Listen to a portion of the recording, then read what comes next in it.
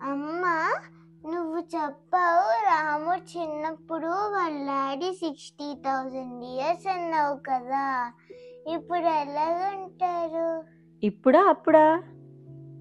అప్పుడు అప్పుడు అట శ్రీ మహావిష్ణువు శేషపాన్పు మీద, అంటే ఆదిశేషుడు ఇలా పడగ విప్పి ఉంటే బజ్జుంటారు కదా, అందరూ వెళ్ళారంటే దేవతలందరూ, నారదుల వారు బ్రహ్మ అందరూ వెళ్ళారట.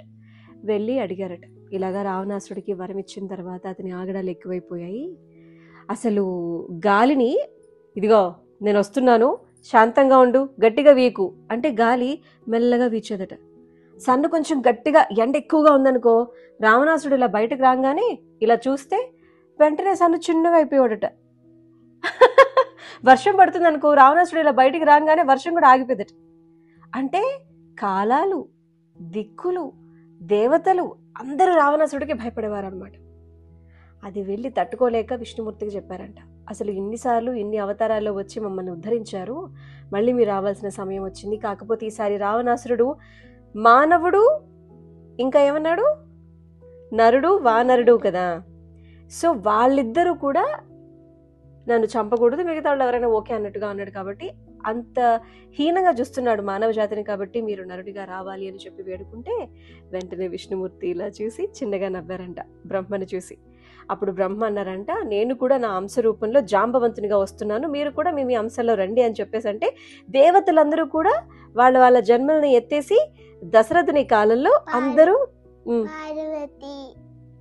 పార్వతి లేదు ఈసారి, లక్ష్మీదేవి సీతగా వచ్చారనమాట.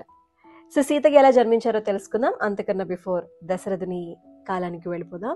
అందరూ ఎదురు చూస్తున్నారంట శ్రీరామచంద్రమూర్తిగా ఎప్పుడెప్పుడు శ్రీ మహావిష్ణువు పుడతారా అని చెప్పి ఎదురు చూస్తున్నారు.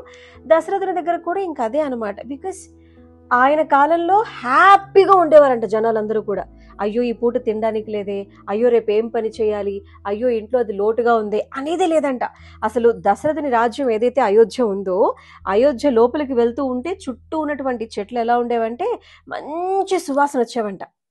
ఒక ప్లెజెంట్ వాతావరణం, ఒక ప్లెజెంట్ వాతావరణంలో అలా అడుగు పెట్టి వెళ్ళి చూస్తే గనక మధ్యలో పెద్ద రాజభవనం, అందులో ఉండేవారు దశరథ మహారాజు. ఆయనకి 3 భార్యలు అనమాట, కౌసల్య, సుమిత్ర, కైకేయి. ఓకే, ఇంకా 8 మంది మంత్రులు. అందులో సుమంత్రుడు అంటే గొప్ప ఇష్టం అందరికీ కూడాను. ఇక ఆయన కింద మినిస్టర్ అనమాట, గ్రేట్ మినిస్టర్ అని చెప్పాలి, అన్ని విషయాలు తెలిసినటువంటి ఆయన. అలా 8 మంది అందరూ కూడా గొప్ప గొప్ప వారే అని చెప్పాలన్నమాట. అంత హ్యాపీ రాజ్యంలో, అసలు రాజ్యంలో ఎక్కడ ఏ ప్లేస్ కూడా వేస్ట్గా ఉండేది కాదంట, అంత గొప్పగా ఉండేదంట. ప్రతి ఒక్క ఫ్యామిలీలో కూడా కనీసం ప్రతిరోజు 10 మంది భోజనం చేసేవాళ్ళంట. అమ్మ నాన్న పిల్లలు వాళ్ళ పిల్లలు హ్యాపీగా ఉండేవి ఫ్యామిలీస్ అన్ని. ప్రతి ఒక్కరు నిజమే మాట్లాడేవాళ్ళు, ఎవ్వరు అబద్ధం చెప్పేవాళ్ళు కాదు. అంతెందుకు, ఎప్పుడన్నా ఏదన్నా ఒక రూల్ పాటించాలి రాజుగారు పెట్టారు అంటే గనక ప్రతి ఒక్కరు పాటించేవాళ్ళు. ఇప్పుడు ఎగ్జాంపుల్ మనం ట్రాఫిక్ సిగ్నల్ దగ్గర చూడు, రెడ్ సిగ్నల్ పడినా కూడా అందరూ వెళ్ళిపోతూ ఉంటారు. అలా కాదు, అందరూ కరెక్ట్ గా ధర్మంగా ఉండేవాళ్ళు అనమాట, అందరూ సత్యమే చెప్పేవాళ్ళు. అంత గొప్ప రాజ్యంలో అందరూ హ్యాపీగా ఉండేవాళ్ళు, ఎవరు ఇలా డేలాగా ఉండేవాళ్ళు కాదు.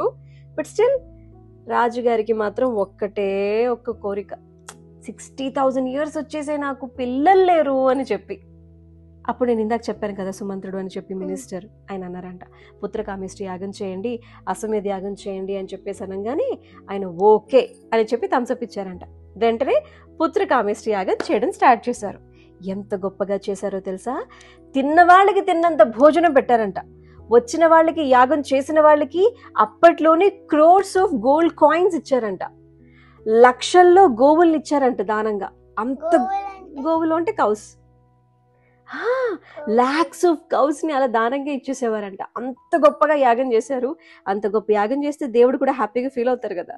అప్పుడు యజ్ఞమూర్తిగా లోపల నుంచి అలా బయటకు వచ్చి ఒక అందమైన పాత్ర, ఆ పాత్రలో పాయసం ఉందంట, తీసి అలా దశరథునికి ఇచ్చారంట. ఆయన తీసుకుని వెళ్ళి 3 వైఫ్స్కి ఇచ్చారంట. అందరూ ఆ ప్రసాదం తీసుకున్నారంట. దెన్ అయోధ్య నగరంలో 4, రాముడు, భరతుడు, లక్ష్మణ శత్రుఘ్నులు. లక్ష్మణ శత్రుఘ్నులు ఇద్దరు కూడా ట్విన్స్ అనమాట.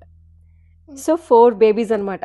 ఇంకా వాళ్ళు పుట్టడంతో మొత్తం మొత్తం అయోధ్య నగరం అంతా కూడా ఆనందమే ఆనందం. అంతవరకు ఆనందంగా ఉండేవాళ్ళు ఇప్పుడు డబుల్ ఆనందంగా ఉన్నారు, డబుల్ సంతోషంగా ఉన్నారు. బికాజ్ రాజుగారు కూడా హ్యాపీ. ఎందుకంటే సూర్యవంశంలో, రఘుకుల వంశంలో ఎవరు నెక్స్ట్ అనుకున్నప్పుడు శ్రీరామచంద్రమూర్తిగా రాముడు రావటం, సాక్షాత్తు శ్రీ మహావిష్ణువే రాముని అవతారంగా రావటం జరిగింది కదా. అందుకని మరి రాముడు చిన్నప్పుడు అల్లరి చేశాడా? తెలీదు. చెప్పనా నీకు? సరే, ఆ స్టోరీ తర్వాత చెప్పుకుందాం. మరి ఈ కథ నచ్చితే ఏం చేయాలి?